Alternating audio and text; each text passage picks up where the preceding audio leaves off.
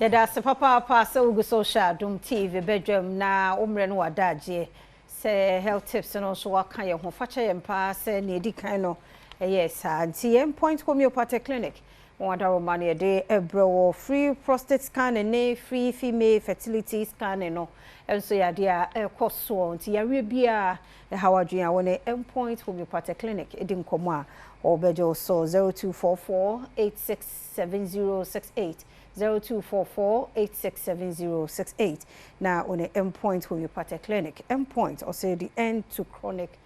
disease.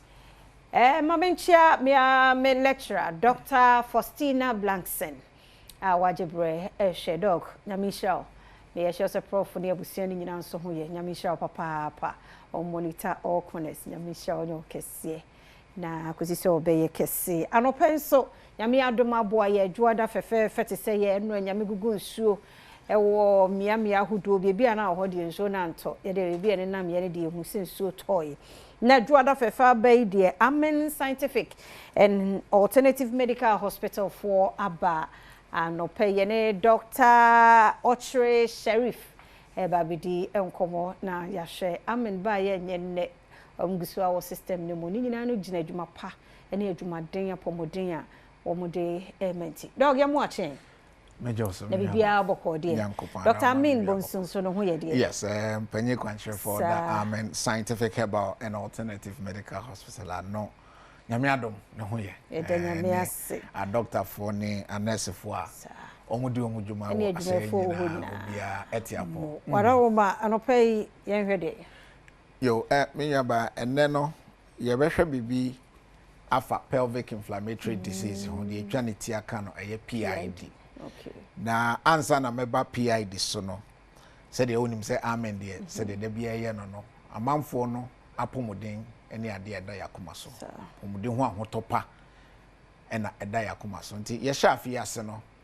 ye de dwumade bi ato se obi bia mbra ya so ye na omaye apomuden enhwehwemu ewe ya so ye ye kan e free health screening no na sa dwumade e free of charge ye nji obi bia kapre and enye yare bia wo bibia panyo akora wo ba obema say ye advanced diagnostic machines akese a woda so e be screening from utriso koka onase nyina no ye bra free labs ahodo a ye be ya ma say sebi ye be fa ojonso ye be fa omoja ye be fa sebi wojana ne de keka on de ye hwehwemu nyina yes e ye free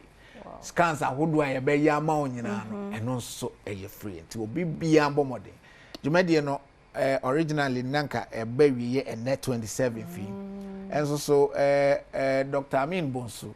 ye penye kwanche for the Amen Scientific Herbal and Alternative Medical Hospital no o se yemfa enedu enka ho wow yes 10 days enka 10 days mu anti I think it ends on 10th of February so anti obi ambomodin wo timin kan die because ya ne kasa manfo nhwe o mapomodin bebre na no ya na fa me kono ena ye den ti so opportunity ni ba pomodin ana bra be free health screening na Amen Scientific Herbal and Alternative Medical Hospital no na dog the cancer number ne to na ja e obi yes your number no 0244 227 192 0244 227 192 and at 0207 229 505 0207 229 505 and then the total is 0245 275 254. Our friend number Simubia. Yes, on Sabeka Amen Scientific Herbal and Alternative Medical Hospital. We are all over the country.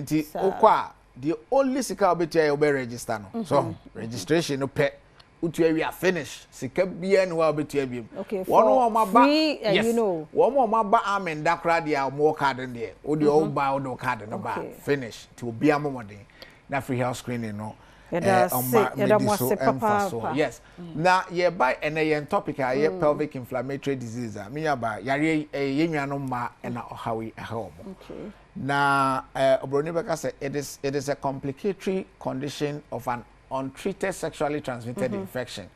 There's a sebi yenwano ma when they are exposed to enemu yare bi na the enemu yare na ebeba nipadua no so no the treatment no ankoye anase yare tena nipadua no so cha eno ena enam so ekofa pelvic inflammatory disease eba na ne din ba ko a ye tie different pie ascending infection and say ye ka oba ne pelvis a there are specific organs a ye ka ho asem eno ne de oba no na wode na no so eye ba ko awode na nkasa ye uterus no so eka ho afi the fallopian tubes a oba bia obi a oto no nkosua enamu no eno so eka ho ana nkosua no ankasa ye ovaries no enti oba bia wo nkosua no ovaries no fallopian tubes no awode na ni awode na no that forms the pelvis. So and no when there's inflammation within any of these organs I can wasem ya and no doctor anybody say when you are pelvic inflammatory disease na sadem di kaka say nemu yare bi say ya treat ya nemu yare ahodo a yenya bacterial infection, viral infection, fungal infections no muni ade no nyina no so etimi ko faba na wo hwɛ mu pa bacterial infections ahodo no eno na edimu akotene pa most especially no when you're exposed to either chlamydia or gonorrhea and it is all your ba na onya chlamydia na say gonorrhea na the treatment no wo ma wani anko ho yi a net na wo so cha ebetimi anam so akofa pelvic inflammatory disease e dia beto ni pediam so most of young ones me yenwano ma no they are exposed to some of this and then say ya na sabi yenwano ma nketoa no omo ye exposed to sex at early ages to bones akora na bia wonim ne ho hwe na wako ye akodi agubone bi no are exposed to this infection and not sabi so ho na say nso bi egu no na sekeka no na onya unusual feeling e wo ne ba mu ho a enam say osuro enti no ontimi nkofie nkoba amane to bones say de na damfo bi beka no oh na no me you see adro we no akoto to bones say na abra no ase but the infection ankasa no eda so ti e betena no ho acha bi a obeko secondary school be wie obeko university be wie ye obe start national service akakra be bo no ankasa beka say okwaya sabia no yare na has been there for a very long time so you are exposed to some of these infection a betimi akofa ba now say ba anyoma ya time hu e we ni peduan say be nso bi begu usually ana enka di akiri no very bad infection and discharges na be no yellowish to greenish we say akokosra de to habamono that is how why na dan hodi e ma bebre ho a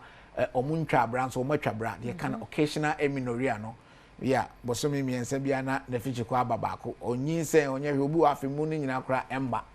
ade pelvic inflammatory disease ebetimi akofasa ha na ba obabi wo every single day or lower abdominal pain de bia na yase ye ne every single day obunu nsa o omunu nsa no matter what or lower abdominal pain ade a PID betimi ade akofa ade abetimi peduan so sanso na uye no free wa yenwano ma no bebre ho a omo experience bibi e friend na dyspareunia no yese sebi oba ne bema enya empaso agudie na empaso agudie no ede unusual pain eba sebi minya ba empaso agudie between oba ne bema yenim ne se nke wo se de anigye ene ahosepe ne ba afanu no mienu nyina but a lot of times no go say man no bebre ho they go through severe pain. It's as a result of that and sa ne no enam so ama emma bebre sabi o maten kakra teko because they are always in constant pain obi okrampa bia bo say obewie no na wo homoja kakra bi e wa kire no ne ade eno nti sa ne o ma nyina atoto aso no de keka o affect emma no bebre nya tubal blockages oba bi o obekọ say ni tubes are blocking enam so ma wo no krampo enye dey entumi ma obi o ye say wonya ovary problem ovarian cysts enom ne de keka ho as a result of a pelvic inflammatory disease here. It say no my number no contact no. Yes, and ne krakra no say otie me nnuano ma otie na sa ho bi wo ho a maybe ba kope na make am for the amount eno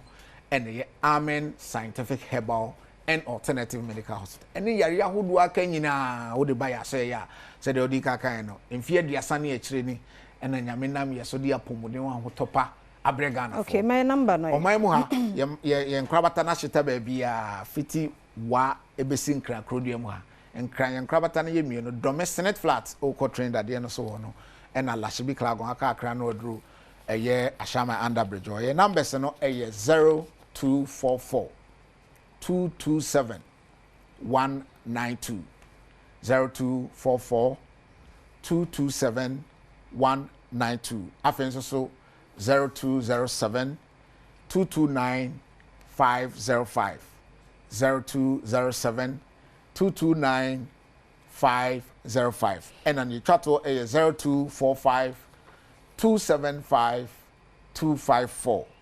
0245 275 254. Now, Oka Amen Scientific Herbal and Alternative Medical Hospital. They just want to say, Allahu Shafi. Chair say, Unyankropon, ono, on the air. Yeah, that's Dr. Sharif. And I would say, no, and Kanoche Sharif. I will free Amen Scientific Herbal and Alternative Medical Hospital. And I tell you, Yakwa Mobile could go where you buy.